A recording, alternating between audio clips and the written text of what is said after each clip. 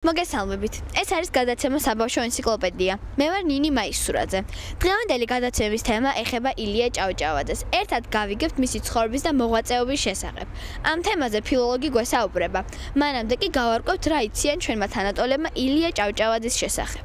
გამარჯობა. გამარჯობა. თუ იცი ვინ იყო ილია ჭავჭავაძე? ილია ჭავჭავაძე იყო გამოჩენილი ქართველი მწერალი.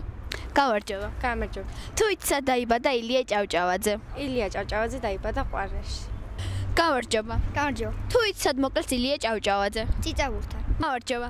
გამარჯობა. თუ გაქვს რაიმე წაკითხული ილია ჭავჭავაძის შემოქმედებიდან? კი, წაკითხული მაქვს ილია ჭავჭავაძის ოთარანთქვრივი, სარჩობელაზე, კაცი ადამიანი და ყველა მისი მოთხრობა არის დამრიგებლური, დღევანდელი საზოგადოებისთვის და ბავშვებისთვის, რა თქმა უნდა, ძალიან სასარგებლო. მადლობა. ახლა კი გთავაზობთ ინტერვიუს ფილოლოგთან. გამარჯობათ. გამარჯობა. თუ შეიძლება გითხარით სად და როდის დაიბადა ილია ჭავჭავაძე?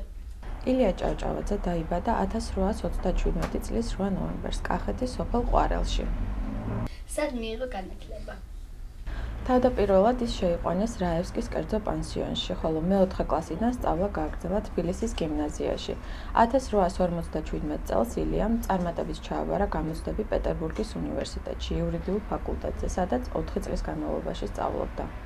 რას გვეტყვით მისი ოჯახის შესახებ?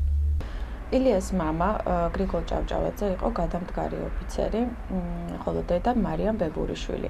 ილიას ჰყავდა 3 ძმა და 2 და. ილია სულ რაღაც 10 წლის იყო, როდესაც მას დედა გარდაეცვალა, ხოლო 15 წლისა მამაც დაკარგა და მისი და-ძმების აღზრდა მამი და მაკრინა მიდვირთა. ილია იყო 25 წლის, როდესაც ცოლად შეირთო ოლღა გურამიშვილი, რომელიც მეუღლეს ბოლომდე გვერდში ედგა ყველა საქმეში და აქტიურად იყო ჩართული საზოგადო მოღვაწეობაში. გვიანბეთ ილია ჭავჭავაძის საზოგადოებრივ მოღვაწეობაზე.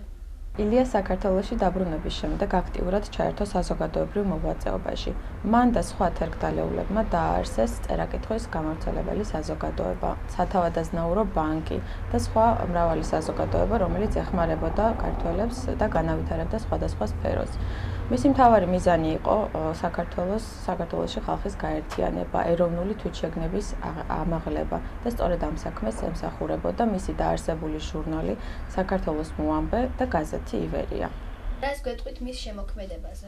ილია ჭავჭავაძე წერდა ლექსებს, პოემებს, პუბლიცისტურ წერილებს, ასევე თარგმნიდა სხვადასხვა ნაწარმოებს. საქართველოში დღემდე პოპულარულია და საყვარელია მისი ცნობილი მოთხრობები, მგზავრის წერილები, კაცია ადამიანი, ოთარანთქვრივი და ასე შემდეგ. მისი ლექსები ბედნიერი ერი, ჩემო კარგო ქვეყანა ვრაზეთ მოგიწყენია, ბაზალეთის ტბა, ასევე პოემები განდეგილი, აჩრდილი. ილიას პუბლიცისტური წერილები ეხებოდა თითქმის ყველა სფეროს, ქართულ ენას, ეკონომიკას, იურისპრუდენციას და ასე შემდეგ. გვიანბეთ ილია ჭავჭავაძის გარდაცვალების შესახებ. 1907 წლის 12 სექტემბერს ილია და მისი მეუღლე ოლღა თბილისიდან მიდიოდნენ საგურამოში ეტლით. მათ ეტლს თავს დაესხა 6-კაციანი ჯგუფი. ისინი თავს დაესხნენ ილიას და მის მეუღლეს მოკლეს წერალი და მიიმალნენ. დღემდე არ არის გარკვეული, ვინ შეუკვეთა ილიას მკვლელობა. ესენი იყვნენ სოციალ-დემოკრატები და ბოლშევიკები, თუ ეს იყო რუსეთის ჟანდარმერია. აღსანიშნავია ოლღას სიტყვა სასამართლო პროცესზე, რომელიც მოითხოვდა გაემართლებინათ ილიას მკვლელები, რადგან მისი სიტყვით მის მეუღლეს არ ენდომებოდა მათი დასჯა. ილია და ოლღა დაკრძალულები არიან მთაწმინდის პანთეონში და მათ საფლავს ამშვენებს იაკობ ნიკოლაძის ძეგლი მწუხარე საქართველო. ჩვენი გადაცემა დასრულდა. გმადლობთ ყურადღებისათვის.